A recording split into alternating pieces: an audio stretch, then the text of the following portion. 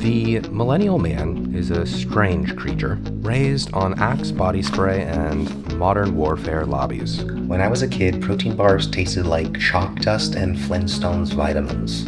Now I crave Quest bars like they're the cheat code to happiness. I can't change a tire, and can't exactly afford a therapist either. Millennial Man learned masculinity somewhere between Chandler Bing's sarcasm and Tyler Durden's rants. We were the first generation told to open up, and the first one to meme it into oblivion. A man both over-explained and underprepared. Part punchline, part Fight Club. So let this be the start guide for us. How did we get here? And if we don't figure it out, who will?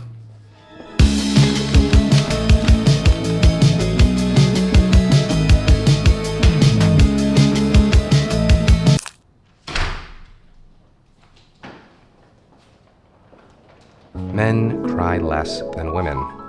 That's the data. Didn't need to fact check it. But I did. Turns out, science agrees with my dad. If you grew up on sitcoms, it checks out. When men did cry on TV, it wasn't an "aw, so sweet" moment. It was a punchline. Chandler Bing, whimpering. Ross Geller, ugly crying while the audience howled. Danny Tanner, hugging it out, but always with a wink and a laugh track to soften the moment. To the 10-year-old enjoying his pre-bed, family time sitcom, it appeared vulnerability was a joke, not a virtue. The Greek alphabet has 24 letters, and somehow there are more ways to pronounce the E sound in Greek than emotions I'm capable of feeling.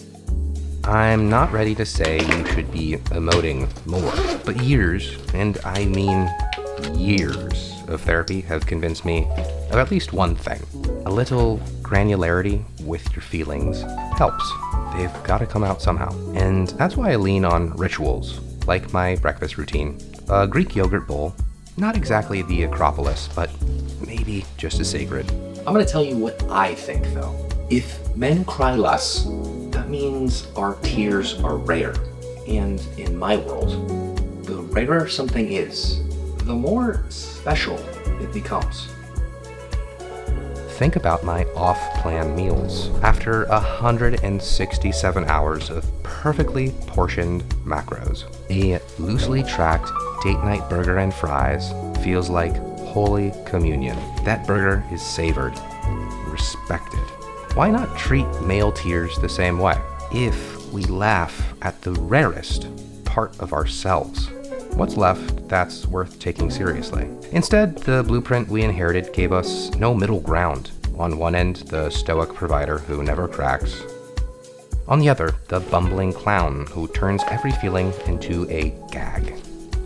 No nuance, no space for real vulnerability.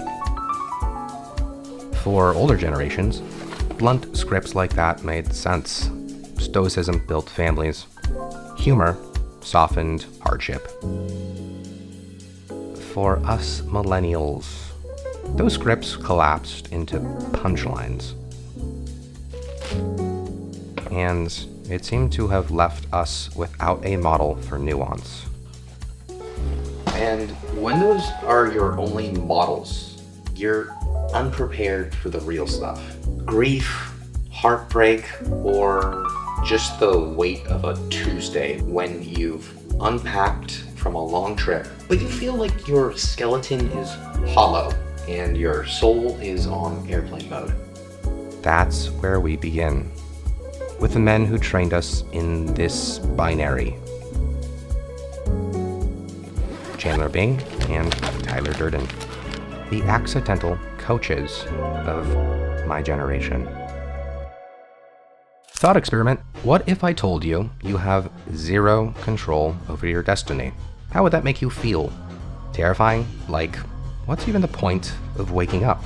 Or is it liberating? No responsibility, no blame. If I crashed the car, it wasn't me. I was never the one with my hands on the wheel in the first place. That's determinism, as far as I can tell. Sapolsky, Dawkins, they tell you free will is a myth. The logic is hard to shake. Behavior is downstream of biology. Testosterone, 7 times higher. Denser bones, broader shoulders. Hardware that writes its own script. Risk-taking, competition, aggression, before we even open our mouths. This all made sense when risk meant chasing caribou across a frozen plain, or plowing fields with your back half broken. It even made sense at the Mad Men agency. Chain smoking, fending for your family, high-fiving after closing the cigarette account and slapping your secretary on the ass. How about today? That same biology fires in the wrong places. Testosterone used to fuel survival. Now it fuels fistfights at Buffalo Wild Wings over fantasy football trades. Broader clavicles once hurled spears. Now they just make it easier to carry 6 Trader Joe's bags at once. Here's where I get a little bro biologist. Biology might cook the steak, but culture decides if you're eating it with white truffle hot sauce or off a paper plate slathered with McDonald's ketchup packets. I wasn't raised in a lab. I was raised in a house, in a school, around peers who taught me how to joke, classmates when to speak up, when to shut up, around a dad who modeled how to handle stress, silence, anger, sarcasm.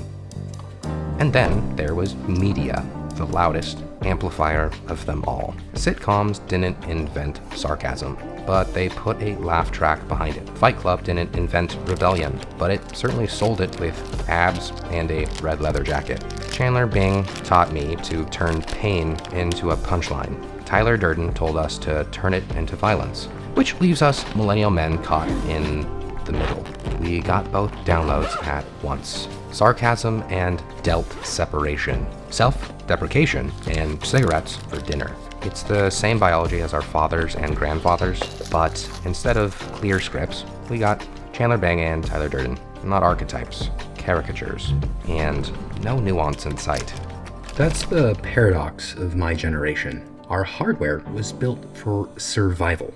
The software, though, was coded by sitcom writers and countercultural icons, and neither feels right for where we're headed.